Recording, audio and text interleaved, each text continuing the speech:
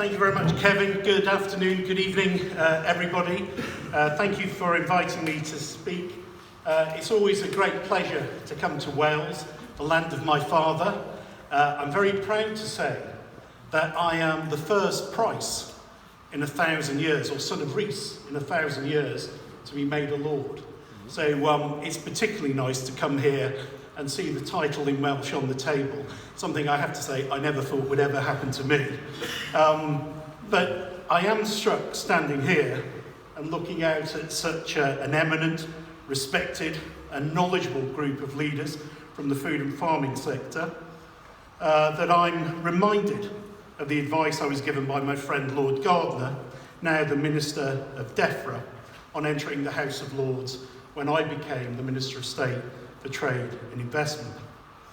Always remember, he said, when you speak and reply to questions, there'll be many people here who know considerably more than you on international trade. In fact, I can readily think of 5 sitting lords who've done your job before you. That's certainly true this evening, and I feel particularly anxious about lecturing this audience on food policy, food supply, and on red meat. So I have taken on board the advice of my dear old dad.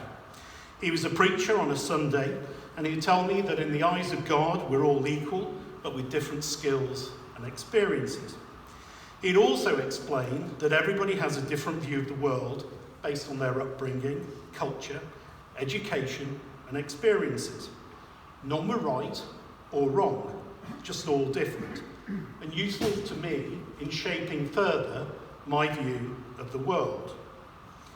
Now that's my disclaimer to, with your indulgence, share with you my view of the world of food and drink based on my experience of running Waitrose, which has its own farming estate, as the founding chairman of the Prince's Countryside Fund, a former Minister of State for Trade and Investment, and now I'm very proud to say a Perry-pear farmer. I've just completed my second harvest, and God and HMRC willing, my first bottles of traditional sparkling Perry and Perry Spirit will be available for sale in limited amounts next year. Yeah. Bit of a plug. I'd like to talk about 4 things that I think will most affect our red meat supply chain in the near future. To begin, I'd like to look at macroeconomics. Then, what I see as the most likely outcome for the future UK relationship with the EU and beyond post-Brexit, how food retailing is reshaping and its likely impact on the food supply chain, and finally, climate change, and all in about 20 minutes. Before the financial crisis in 2008, our national debt was £500 billion, or £500 billion, and it was around 35% of our GDP, or gross domestic product. Today, in 2019, our national debt stands at a whopping £1.84 trillion and around 85% of GDP. That's been the cost of supporting our economy and public services through the impact of the worst financial downturn since the Great Depression and the policy of quantitative easing. On the brighter side, our annual deficit, the amount we need to borrow each year to bridge the gap between our tax receipts and government spending, has reduced to £36 billion, or 1.8% of GDP in 2017, from over £100 billion borrowed each year, or 6.9% of GDP in 2010. But last year, our borrowing rose again to 40 billion, and this year it's set to be 50 billion as the purse strings have been loosened. The notion of further reducing borrowing has gone, along with the idea of a balanced budget. And we are borrowing far more now than we were pre the financial crisis. Now, it's certainly true that if you set a target of 2 to 3% of GDP for annual borrowing, there is some headroom for the UK to invest, around £30 billion a year. But it's also worth remembering that our annual debt repayments have now reached £46 billion a year. That's more than we spend as a country on defence, schools, and most other areas of public spending. After welfare spending of £264 billion, the highest annual investment is with the NHS, at currently £139 billion, where incidentally, a good proportion of that extra headroom has already been committed. When you take all of those things into account, I'd argue that the Treasury and the country is not flush with cash. But now we've got a new mantra, that we are borrowing to invest as interest rates are low today. That can make sense if rates don't rise sharply and you do get a proper return on your investment. But if rates rise and productivity doesn't improve, you simply saddle the country and the next generation with more debt. Furthermore, it seems to me that there's a possibility, even without Brexit uncertainty, of a cyclical economic adjustment. High house prices, share prices, global trade wars, coupled with the end of quantitative easing, are not good omens. Low interest rates may hold a recession at bay, but such an event, if it were to happen, would place even greater strain once again on the Treasury, when you could argue the roof has not been fully fixed from the last event. You might, in the light of this background, want to ponder just for a moment what might happen in the future to farm subsidies in a UK freed of EU ties. As I'll set out later, the government will need to carefully consider how it balances the needs of consumers and producers. So what of consumers? Feeling flush and upbeat following the unprecedented £36 billion payout from banks for missold PPI? I don't think so. There's an undercurrent of discontent about public services, migration, outsourcing, automating, and a perceived growing gap between the rich and the poor. As well as public finances being stretched, so is the public's patience, adding further complications to where the government puts its money. So let's now turn to the lighter topic of Brexit and free trade agreements. It's easy to forget that at the moment, politicians have been struggling to agree on the withdrawal agreement, the process of leaving, let alone the future trading relationship with the EU. And the catch-22 agreed at the start of those negotiations was that no future trading agreement could be discussed until after the withdrawal agreement was agreed. I'm confident that the vast majority of politicians want to leave with a deal, but there are a variety of views on what that future deal should be, even though that's not what's currently being negotiated, has created an impasse, and particularly so in relation to the border between the north and the south of Ireland.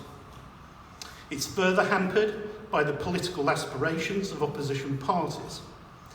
If the forthcoming election result is leaving with Prime Minister Johnson's deal, there will be a transition period which will mirror closely the current arrangements. Only then will we start to negotiate what the future agreement will look like.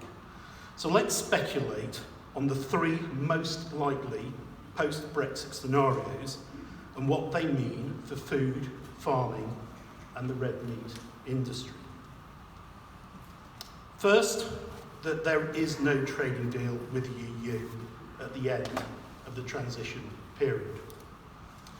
This outcome would mean that the UK trades from the WTO schedules we have now posted, which reflect closely the current EU schedules. That was done for continuity's sake in the short term. As a result, we will require some form of customs checks on food and drink for tariff and regulatory standard compliance.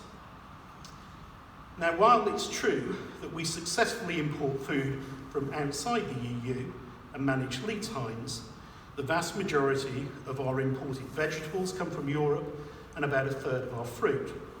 We also take sizable volumes of beef, pig meat and chicken. UK supermarkets, as well as our ports, would need to plan for longer and amended supply lines. That would bring an added cost. But that cost wouldn't be as large as the protectionist food tariffs the EU has applied and which we have currently planned to adopt. They could add 11% to the price of EU-sourced goods, the current average agricultural tariff. But as you know, in some categories, the tariff rise would be much higher. On average, 36% in dairy products, more than 60% for lamb, and more than 80% for beef. Good news perhaps for the domestic market, but exports to Europe would become equally more expensive. I think this outcome of a no-deal WTO trade is unlikely for two reasons. Firstly, EU trade ministers told me, and are very aware, that they run a £10 billion food and drink surplus with the UK. The French, £4 billion alone. If the UK market collapsed, European farm incomes would be badly impacted. And then there's the issue of farm payments without the UK's contribution. Therefore, I believe the EU will want a deal on agriculture. Secondly, no British government would want to see the price of food shoot up and consumers feel much worse off. Therefore, I predict if such an outcome came about, there would be a move to unilaterally reduce import tariffs to zero, and that would become our applied rate at the WTO for our food and drink schedules.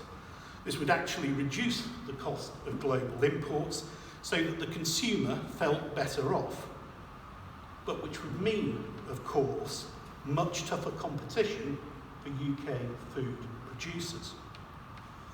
This outcome of a zero-tariff, open, liberal, trading UK on the edge of Europe with an ever closer relationship with America is the last thing that the EU want. They would rather tie us into a common commercial framework than have us as a ferocious near-shore competitor. And it's for this reason, as well as the trade flows the EU enjoys with the UK, which I think makes a no-trade deal less likely. Option 2 is that the EU succeeds in holding the UK beyond a transition period to a tight commercial bond through a customs union or such like. Britain's ability to strike her own independent trade deals would be curtailed on goods, as we'd need to apply a common external tariff on imports to our shores, which then enabled onwards unrestricted, frictionless movement within the EU. The same would also require regulatory alignment.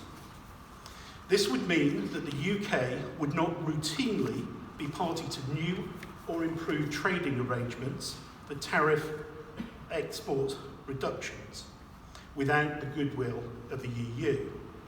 But we would have to comply with lower EU negotiated import tariffs in order to enjoy free movement of goods within the customs union, a one-sided, disadvantageous position for the UK.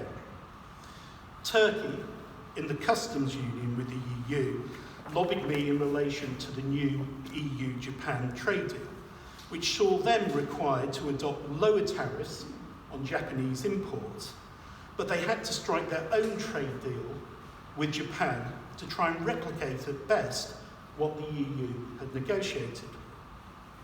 That's not a long-term position the UK would want to find herself in.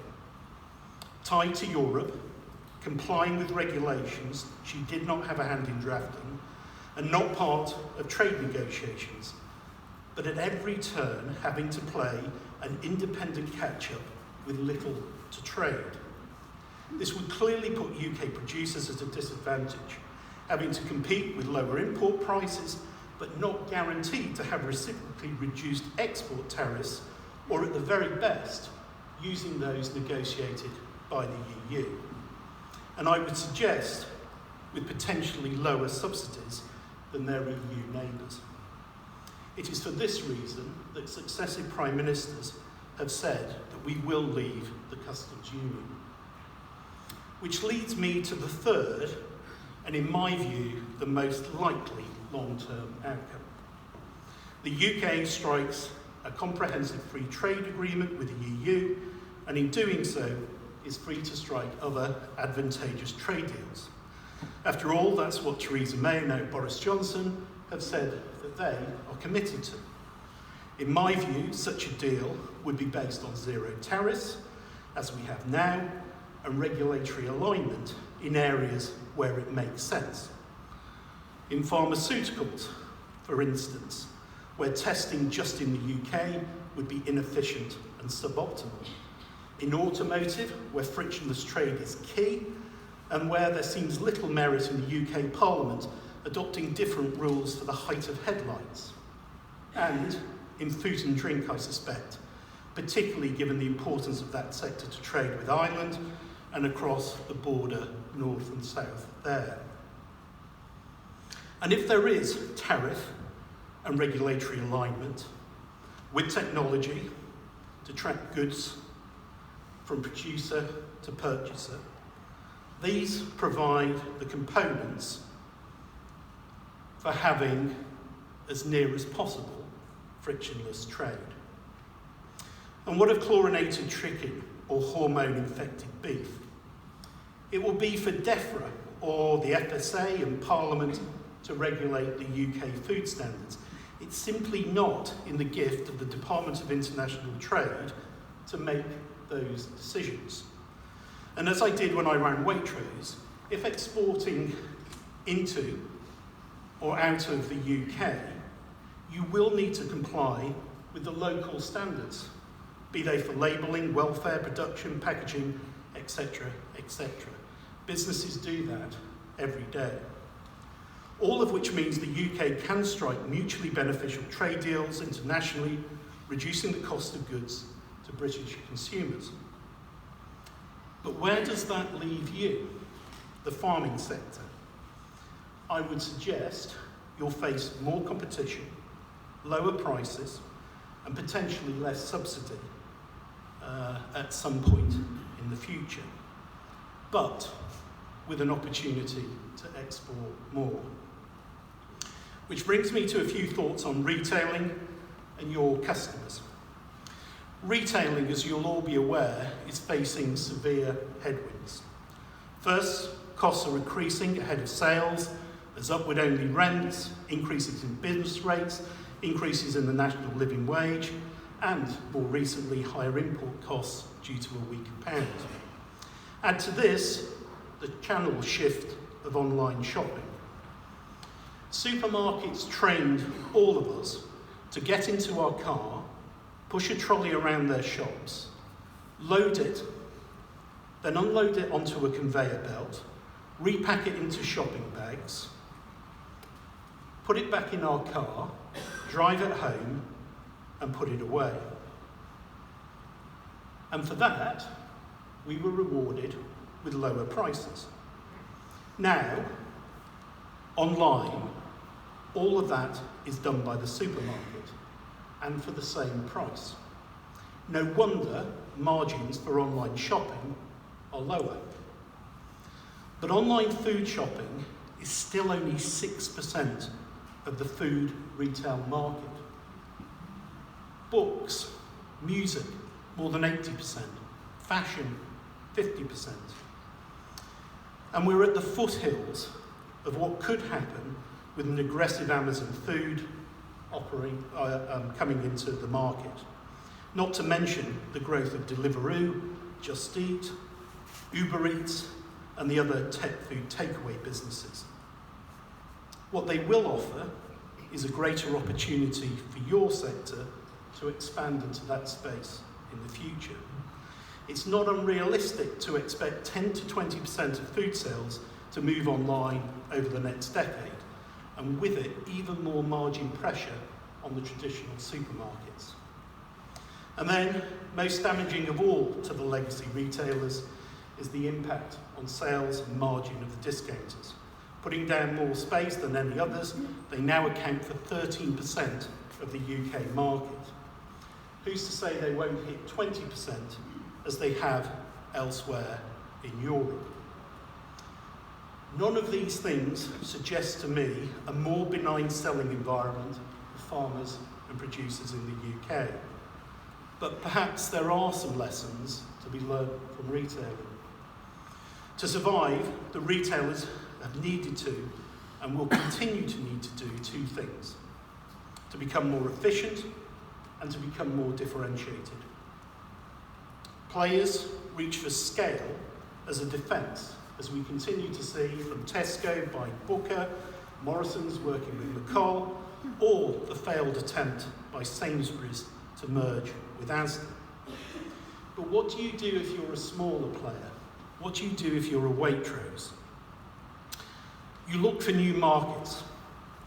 Waitrose built its international business by growing volume and ended supplying 60 different countries.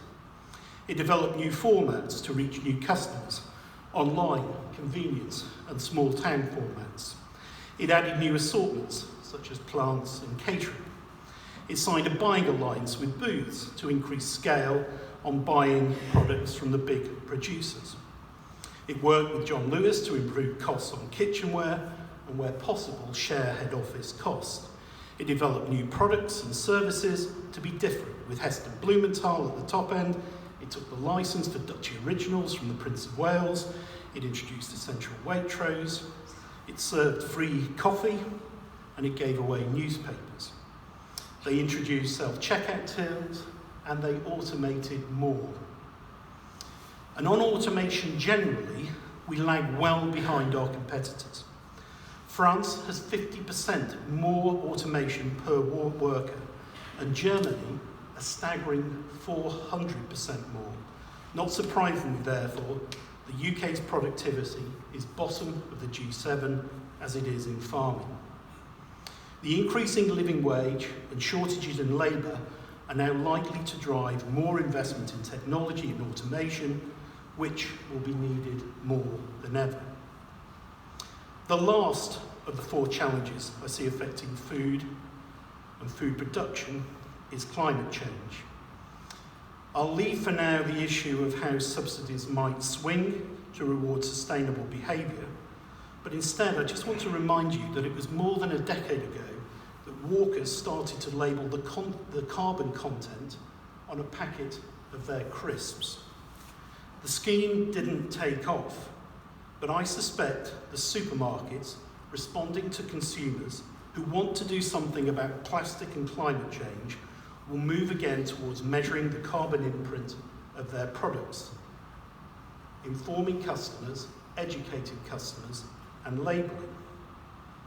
And the government will see this as an oven-ready popular tax. Red meat, I suspect, will have a communication challenge, which I think from all I've heard today, you'll be well prepared for. In the brave new world fast approaching, be it no deal, customs union, or free trade agreement, I would suggest that your competitor is no longer the farm next door or the neighbouring county. It will be Mexico or Argentina or New Zealand or Australia, all of whom I met as Trade Minister and all of whom we set up working groups with. It's not good enough to be good enough within the confines, it has been good enough to be good enough within the confines of the protected blanket offered by the EU's Common Agricultural Policy. I'm reminded of the story of the two men in the woods who come across a wild bear. The bear sees them and begins to charge.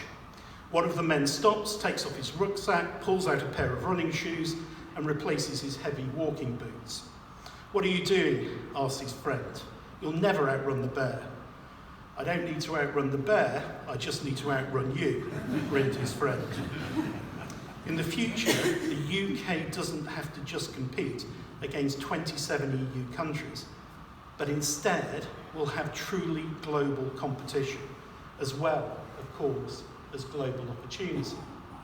And the good news is that after the referendum, I visited 35 countries, all of whom said that they would roll over their existing trade deals. And we began working groups with Australia, New Zealand, America, and many more. So the opportunity in the future will exist. Everything that we have become used to is about to change. I would suggest there is no time to waste in developing a new globally minded approach and prepare to become match fit to win in a new global game. Thank you.